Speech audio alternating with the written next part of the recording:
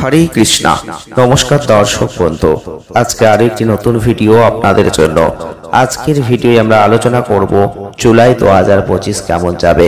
জুলাই মাস আপনাদের জীবনে কেমন ফল দিতে পারে। আপনার জন্ম রাশিটি যদি আপনি জানেন তাহলে ভিডিওটি প্রথম থেকে শেষ অবধি অবশ্যই দেখবেন। আজকে আমরা আলোচনা করব মীন রাশি বা পাইসেস সাইনকে নিয়ে। মীন রাশি বা পাইসেস সাইনের জাতক বা জাতিকা যদি আপনি হয়ে থাকেন তাহলে অবশ্যই জুলাই 2025 কেমন যাবে। প্রথমেই বলবো জুলাই 2025 এই মাসটা কিন্তু আপনাদের দিক থেকে অবশ্যই ভালো যাবে। কিছু ক্ষেত্রে সমস্যা কিন্তু আছে, তাই আপনাদের অবশ্যই সতর্কতা রেখে এগোতে হবে। কিছু ক্ষেত্রে অনেক মানুষ দুর্দান্ত ভালো ফল লাভ করবেন, আবার অনেক ক্ষেত্রে কিছু মানুষ কিন্তু সেই ফল পাবেন না। 28শে জুলাই পর্যন্ত মঙ্গলের গোচর, এটা কিন্তু অবশ্যই আপনাদের জন্য দেখতে হবে যে একটা অনুকূল পরিস্থিতি। 28শে জুলাইয়ের পরে মঙ্গল আপনার সপ্তম ঘরে যাচ্ছে, যেটা একটা দুর্বল অবস্থা হিসেবে থাকছে।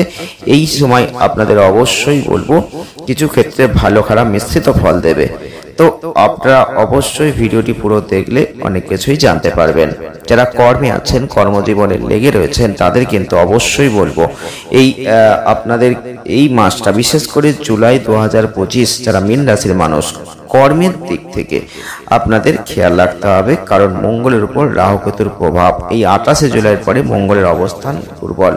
28শে জুলাইয়ের আগে কিছুটা আপনার পক্ষে ফলাফল থাকলেও পরবর্তী ক্ষেত্রে কিন্তু সমস্যা আছে। কঠোর পরিশ্রম আপনাকে করে যেতে হবে, তার ফল আপনি কিন্তু ঠিকঠাক পাবেন না। সঠিক পরিকল্পনা নিয়ে কাজ করবেন, তবেই শীঘ্র জায়গাটা আপনি লাভ করতে পারবেন। তবে অসাবধানতার জায়গাটা কিন্তু খুব আছে, তাই কোনো অসাবধানতাবশত কিছু করে ফেললে কর্মজীবনে ক্ষতির সম্মুখীন কিন্তু হতে হবে।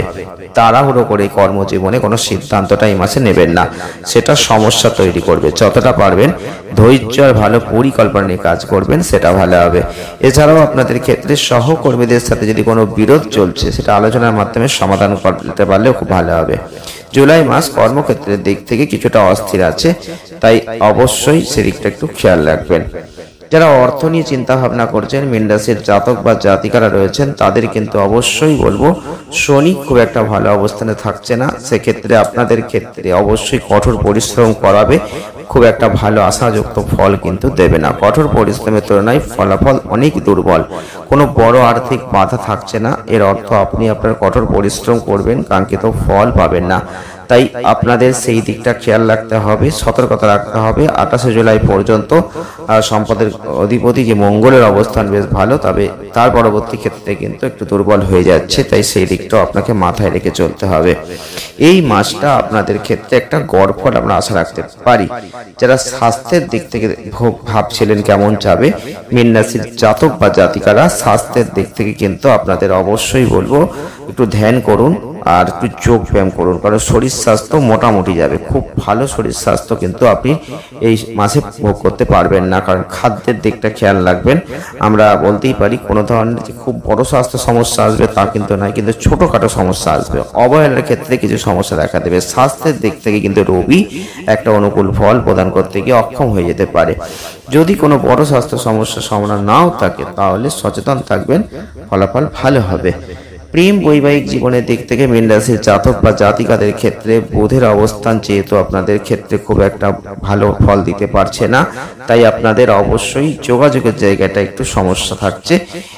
কথাবার্তার দিকটা খেয়াল রাখবেন, গালিগালাজ বা আঘাতমূলক কোনো কথা আপনি বলে ফেলতে পারেন। প্রেম সম্পর্কের ক্ষেত্রে একটু প্রভাব পড়বে প্রেম জীবনে, তাই শুক্র কিন্তু আপনাদের অনেকটা ভালো গাইড করার চেষ্টা করবে। খুব যে বড় সমস্যা আসবে তা নয়, আসলেও সেটা কিন্তু রোধ হয়ে যাবে।